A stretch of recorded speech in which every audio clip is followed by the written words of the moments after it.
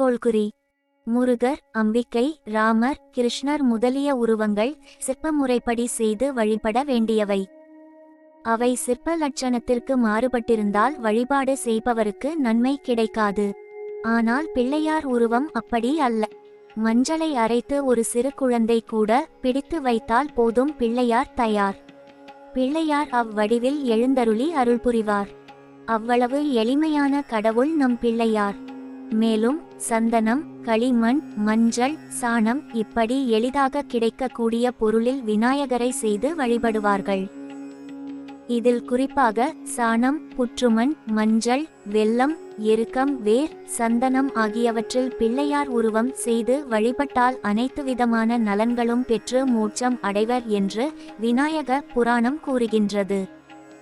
விநாயகருக்கு எளிதாக கிடைக்கக்கூடிய அருகம்புல் மிக விருப்பம். அருகு வைத்து விநாயகரை வழிபட்டால் பிறவி பிணி நீங்கி இன்பம் பெருகும். இவை தவிர தும்பைப்பூ, செம்பருத்தி மலர், சங்கு புஷ்பம், எருக்கம்பூ, மாவிலை, அருகம்புல், வில்வ இலை ஆகிய இவற்றை கொண்டு விநாயகரை அர்ச்சிப்பது உகந்ததாக கருதப்படுகிறது. மேற்கண்டவற்றை பிள்ளையாருக்கு மாலையாகவும் அணிவிக்கலாம். விநாயகர், கணபதி பெயர் காரணம் வி என்றால் இதற்கு மேல் இல்லை என பொருள். நாயகர் என்றால் தலைவர் என பொருள். இவருக்கு மேல் பெரியவர் யாருமில்லை என்று பொருள்பட விநாயகர் என்று பெயரிடப்பட்டது. கணபதி எனும் சொல்லில் க என்பது ஞானத்தை குறிக்கிறது. ந என்பது ஜீவராசிகளிடத்தில் மோட்சத்தை குறிக்கிறது. பதி என்னும் பதம் தலைவன் என பொருள்படுகிறது. விநாயகருக்கு பிடித்தமான பொருள்கள். விநாயகருக்கு கரும்பு, அவரை, பழங்கள், சர்க்கரை, பருப்பு, நெய், எள், போரி, அவல், துவரை, இளநீர், தேன், பயறு, அப்பம், பச்சரிசி, பிட்டு, வெள்ளரிப்பழம், கிழங்கு, அன்னம், கடலை முதலியன வைத்து நிவேதனம் செய்ய வேண்டும். மேலும் முதலாக விநாயகருக்கு கொழுக்கட்டை படைத்து வழிபட்டவர் யார் என்று தெரியுமா? அவர்தான் வசிஷ்டரின் மனைவியான அருந்ததி. பல்வேறு வாகனங்களில் பிள்ளையார் கிருதயுகத்தில் தேஜஸ்வி என்ற பெயரில் சிம்ம வாகனத்திலும், திரேதா யுகத்தில் மயில் வாகனத்திலும், துவாபர யுகத்தில் மூஞ்சுரு வாகனத்திலும், கலியுகத்தில் எலி வாகனத்திலும் விநாயகர் தோன்றியுள்ளார்.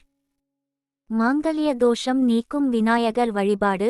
வன்னி மரத்தடியில் இருக்கும் விநாயகரை மிருகசீரிஷம், சித்திரை, அவிட்டம் ஆகிய நட்சத்திர நாட்களில் வழிபாடு செய்து அன்றைய தினம் 9 கன்னி பெண்களுக்கு அன்னதானம், வஸ்திர தானம் அளித்து வந்தால் மாங்கல்ய தோஷம் அகலும், திருமண தடையும் நீங்கும். இவை தவிர நடனமிடும் தோற்றத்தில் உள்ள நர்த்தன விநாயகருக்கு அபிஷேகம் செய்வித்து இனிப்பு நைவேத்தியம் வைத்து வழிபட்டு வந்தால் இழந்தவற்றை பெறலாம். குழந்தை பேருக்கு தயாராக இருப்பவர்கள் வல்லபை கணபதிக்கு நைவேத்தியங்கள் படைத்து நல்ல குழந்தையை தர வேண்டும் என்று வழிபட்டால் அதன்படி நடக்குமாம். சுவாமி மலையில் முருகன் சந்நிதானத்தில் வல்லபை கணபதியை காணலாம். இப்படியாக மற்ற கடவுள்களை விட விநாயகர் பலன்களை முந்தி வந்து தருபவர் ஆவார். எனவேதான் அவரை முந்தி விநாயகர் என்கிறார்கள். ஓம் வக்ரதுண்டாய ஹீம் என்பது தான் விநாயகரின் சட்டாட்சர மந்திரம். இந்த மந்திரத்தை உச்சரித்து விநாயகரை வணங்கினால் சகல நன்மைகள் யாவும் கிடைக்கப்பெறும்.